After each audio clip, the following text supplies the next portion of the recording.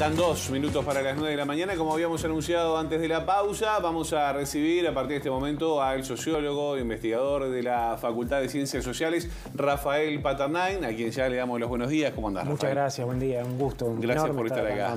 Bueno, con mucho gusto. Y varios temas decíamos, ¿no? El tema de seguridad social, seguridad social también está, pero la seguridad pública está en todo lo que tiene que ver con el proyecto de ley de rendición de cuentas a estudio del Parlamento. Y bueno, un experto en la materia nos puede desasnar de varios asuntos vinculados a la rendición. Y quiero arrancar por algo muy concreto. Tiene que ver con la militarización de la Guardia Republicana.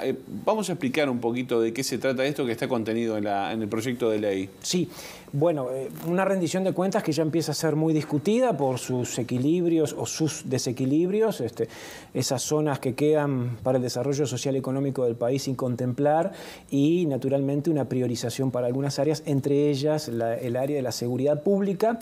En un momento aparte, uno lee la exposición de motivos y parece de otro planeta, ¿no? Porque es una exposición muy pobre, pero aparte muestra logros que corresponderían eventualmente al 2021, pero no ya al contexto de percepción y de realidad con respecto al problema del delito que tenemos hoy en día en el país. Por lo tanto, es lógico desde la perspectiva de gobierno que frente al empeoramiento de la situación de la seguridad y al empeoramiento de la percepción ciudadana, ya hay algunas encuestas muy contundentes en ese sentido, haya algunos mensajes y sobre todo también la presión interna por parte de la policía, porque como todos los funcionarios públicos han perdido poder adquisitivo y es la oportunidad de poder recuperar esto. Entonces hay que verlo en ese contexto de pujas. El país sigue invirtiendo más que en seguridad, yo diría que en sistema penal o en estado penal, porque esa es la otra discusión, que es lo que estamos priorizando acá, no solo en esta rendición de cuentas, sino también en un proceso de más larga duración, lo que ha crecido el estado penal. Y ahora voy directamente a esa cuestión. A ver. Repasemos, si uno analiza la exposición de motivos va a ver que prácticamente la seguridad ciudadana, como la llaman, y la defensa aparecen fusionadas, o sea, aparecen como un mismo capítulo. Y de hecho, si uno no lo lee con atención, lo que hace el Ministerio del Interior y lo que hace el Ministerio de Defensa, sobre todo en lo que destacan del Ministerio de Defensa, en tareas de seguridad interior, habilitadas por leyes de periodos anteriores y reglamentadas en este periodo de gobierno, nos muestran un panorama que, más allá de lo que podamos discutir en torno a la decisión de la Guardia Republicana, hay una cierta convergencia, un cierto proceso ya de más larga duración que se refleja en esta rendición de cuentas de militarización de la seguridad, que no es un fenómeno uruguayo y que podrá tener particularidades en el fenómeno uruguayo. O sea, tal vez haya que ver más en esta rendición esa fusión y esa relevancia que ha tenido la presencia de las Fuerzas Armadas en tareas de seguridad interior. Dentro de esa tendencia podemos ver esto que se propone, que ya no es una medida presupuestal, sino que más bien es una medida programática, que tiene, a mi juicio, algunas lecturas con respecto a la Guardia Republicana. La Guardia Republicana es un cuerpo que se crea en el año 2010, con 2 unidades que dependían de la Jefatura de Policía de Montevideo, pasan a tener alcance nacional, se crea la Guardia Republicana, cuya dependencia es del Ministro del Interior. Hay una dependencia política directa en un cuerpo que la Ley Orgánica Policial del 2015 definió como un cuerpo especial. Es una policía militarizada ya, y la Guardia Republicana no tiene otra naturaleza más que esa. Después habrá que ver su evaluación a lo largo del tiempo, su necesidad, su lógica. Bueno, es un cuerpo policial especial. ¿De una fuerza intermedia entre algo militar y lo policíaco? En este caso pasan 2 cosas en esta rendición de cuentas que hay que prestar especial atención. Yo no tengo muchas respuestas. Hay una definición nueva que aparece allí, no tiene competencias nuevas, pero hay una definición nueva que habrá que preguntarle a las autoridades cuando comparezcan en el Parlamento, que la define como fuerza intermedia. No dice más nada, ¿no? Sobre eso podemos, ¿qué es una fuerza intermedia? Cada uno podrá apelar a alguna definición jurídica programática, pero da una sensación que...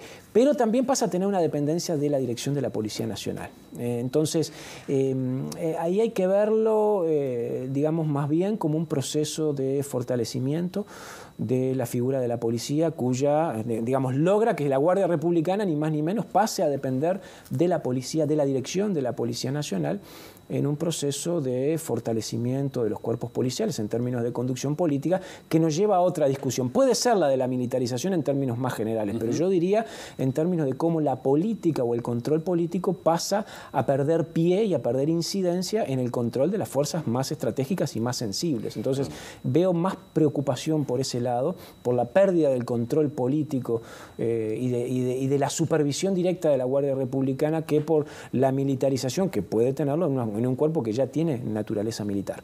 ¿Y qué riesgos tienen esa pérdida de ese poder político? Vos dijiste recién una rendición de cuentas que está más enfocada en lo penal que en la seguridad mismo.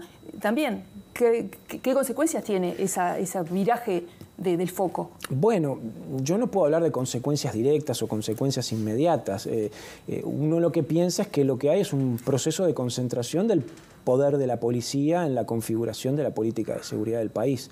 Esto precisamente no es nuevo, pero que con este gobierno ha quedado de manifiesto, ¿no? Es decir, una delegación, esta es toda una discusión importante, una delegación de la responsabilidad y la función política, más allá de la función política formal, ¿no? Porque uno sabe que la titularidad del Ministerio del Interior tiene un poder importante, pero me refiero a la configuración de la agenda, de los recursos, de la posibilidad de establecer auditorías, controles, evaluaciones. Hay un debilitamiento muy fuerte de la concepción civil y política sobre la policía, pensando, como siempre tenemos que pensar, la seguridad como una estrategia integral, de carácter civil, en donde la policía obviamente es un órgano importante, pero no es el órgano más decisivo. Y en el último tiempo, y esta rendición de cuentas va en ese sentido, el poder de la policía y el poder del sistema penal o del sistema de castigo y de las cárceles pasan a tener una centralidad muy importante.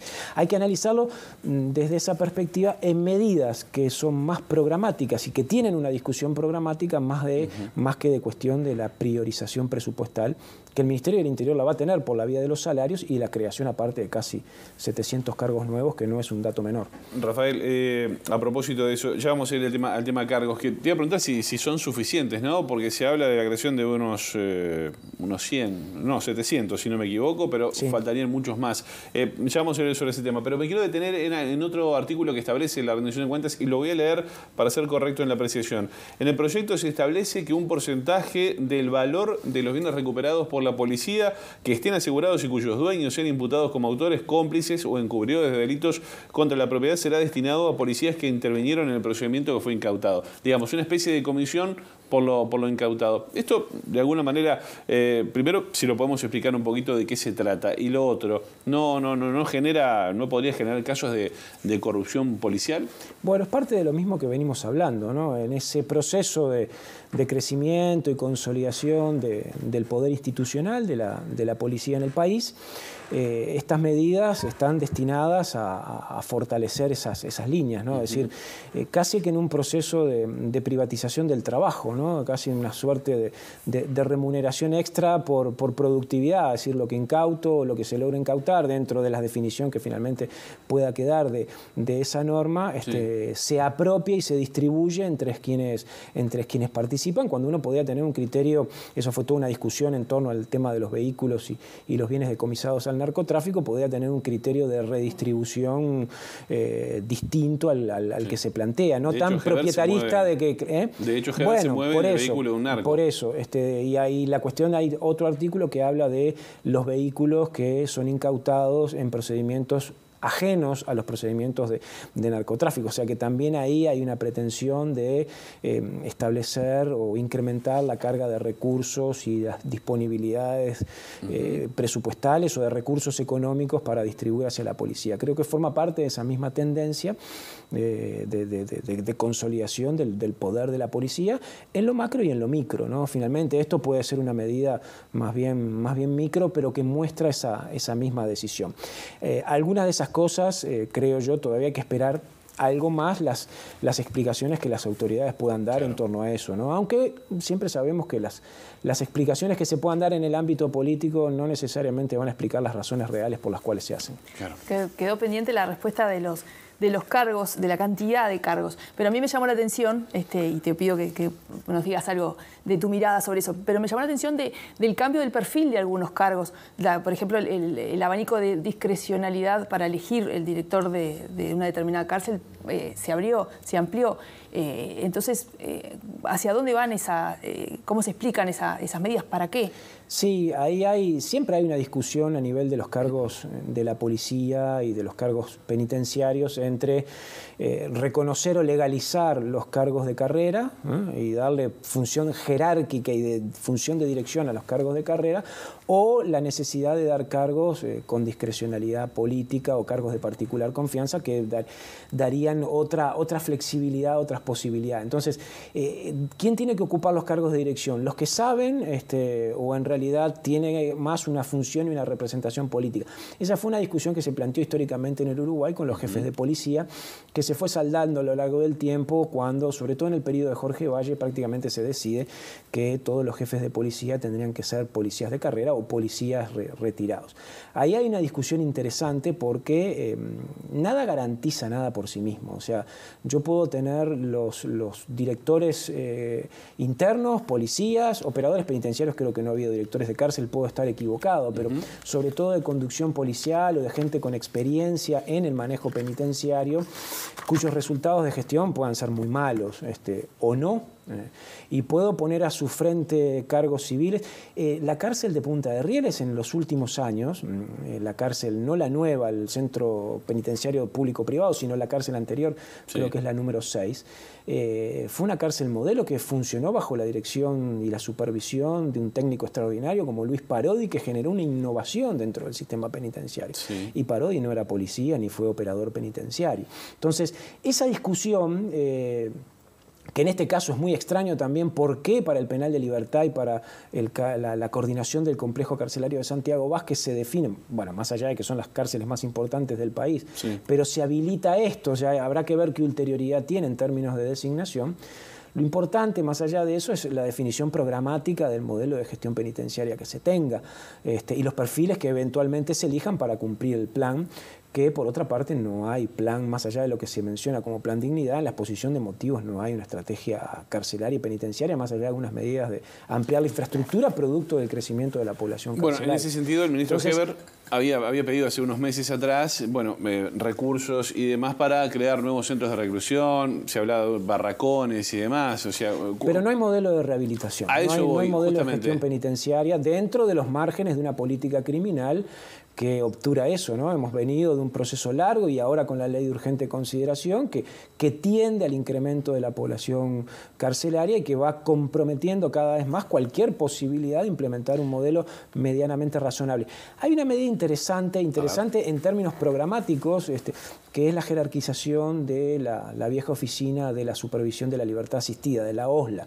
Se crea ahora con estatuto de dirección nacional. Habría la intención de todas aquellas medidas sancionatorias no privativas de la libertad de generar un rango mayor en términos de supervisión y de seguimiento, que bueno, no parece muy en la línea de las prioridades o de las intenciones programáticas de este gobierno, pero es una medida interesante como para compensar los problemas o la falta de rumbo programático en términos de esta rendición de cuenta para la cuestión de la rehabilitación, de la reinserción, de más inversión en una línea central no tiene. O sea, cárcel de Artigas, los fondos para ampliar la cárcel de 33, y después la discusión sobre la presencia de ACE en algunos establecimientos que escapa a mi lectura más inmediata. Capaz que el comisionado parlamentario, las propias autoridades puedan dar una definición más exacta. Ahí está. Uno que no está metido en la órbita carcelaria o no domina, ¿no?, estos temas, efectivamente, vos hablabas de tema de rehabilitación. Parece ser un tema bastante complejo. Y por ahí el que no entiende o que lo ve de afuera dice, no, bueno, capaz que el criterio del gobierno es hacer más cárceles, meterlos para adentro y después ver qué onda. Nunca va a haber, en esta dinámica ¿no? En Lo dije hablando en criollo, ¿no? No, pero está bien, en esta lógica que el país arrastra, diría, casi que desde mediados de la década del 90, en donde teníamos aproximadamente 3.000 privados de libertad y ahora tenemos más de 14.000, sí. No va a haber nunca margen fiscal con esta tendencia para poder hacer algo medianamente serio. Esa es una gran ilusión y la verdad, por la vía de los hechos, la cárcel, más que cumplir una función de rehabilitación, cumple una función más bien de incapacitación, de contener el delito. Poner en pausa a la persona. Exactamente. Y eso luego, a la larga, termina teniendo un efecto enormemente negativo sobre las tasas de criminalidad, sobre una cantidad de factores de cosas que terminan reproduciendo el problema. Lo mismo pasa con la expansión de la policía y la creación de nuevos cargos.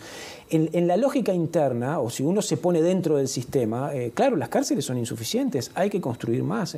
Pero ¿cuál es el punto de quiebre de eso? ¿Hasta dónde podemos seguir con esa lógica? En la lógica interna de la gestión policial, y posiblemente haya más necesidad, siempre va a haber más necesidad de recursos. El sistema penal en su propia construcción tiene como una dinámica muy perversa en donde siempre va a haber más necesidad de estos recursos y de expandir un aparato. Nosotros tenemos un Ministerio del Interior, históricamente, ahora también enormemente sobredimensionado. Debe ser de los países con tasas de funcionarios de ministerio, funcionarios policiales más altas del mundo. Sumen eso al Ministerio, la cantidad de funcionarios que tiene el Ministerio de Defensa.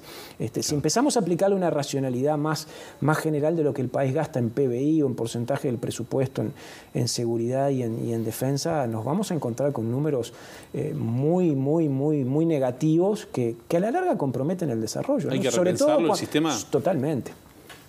Pero bueno, la dinámica de la definición del problema y la centralidad que la seguridad tiene y las exigencias políticas que a la política le plantea la demanda de seguridad hace que estemos enganchados en estas dinámicas y en estas lógicas que nos siguen saliendo cada vez más caras y nos siguen dando los resultados de siempre. Claro.